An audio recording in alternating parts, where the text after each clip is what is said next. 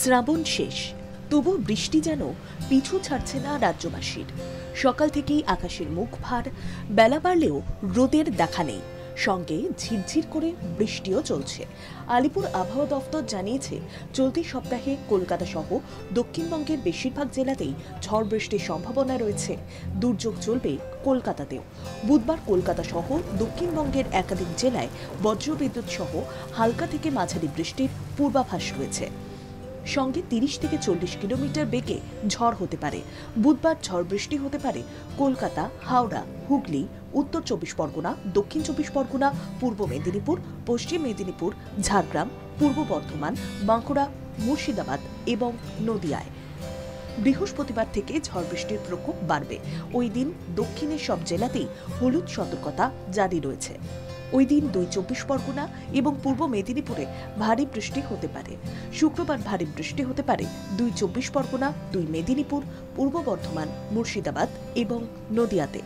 শনিবার পশ্চিম বর্ধমান এবং বাঁকুড়াতেও ভারী বর্ষণের সম্ভাবনা রয়েছে। আসলে এই মুহূর্তে বঙ্গোপসাগরে নিম্নচাপ অত্যন্ত সক্রিয় এবং সেখান থেকে প্রচুর পরিমাণে জলীয় বাষ্পপূর্ণ বায়ু ঢুকছে।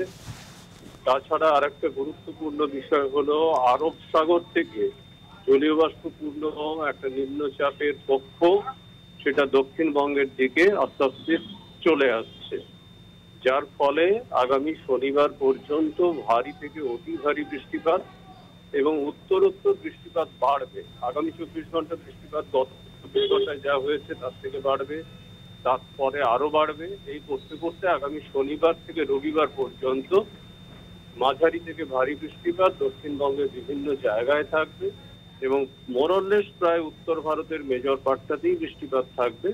তারপর ধীরে ধীরে এই নিম্নচাপের কক্ষ আস্তে আস্তে প্রশমিত হতে শুরু করবে। আগামী মঙ্গলবার পর্যন্ত আবহাওয়ার বিশেষ উন্নতি হওয়ার সম্ভাবনা নেই। দক্ষিণের পাশাপাশি উত্তরবঙ্গেও ঝড় বৃষ্টি চলবে। বুধবার জলপাইগুড়ি, কালিম্পং এবং আলিপুরদুয়ারে ভারী বৃষ্টির সম্ভাবনা রয়েছে। বৃহস্পতিবার জলপাইগুড়ি এবং আলিপুরদুয়ারে ভারী বৃষ্টি হতে পারে। জলপাইগুড়িতে শুক্রবারও ভারী বৃষ্টির সম্ভাবনা রয়েছে। আগামী মঙ্গলবার পর্যন্ত উত্তরেও আবহাওয়ার খুব একটা পরিবর্তন দেখা যাবে না। বুধবার কলকাতার সর্বনিম্ন তাপমাত্রা ছিল 26.6 ডিগ্রি সেলসিয়াস, স্বাভাবিকের চেয়ে 0.2 ডিগ্রি বেশি। রিপোর্ট, বাংলা জাগো।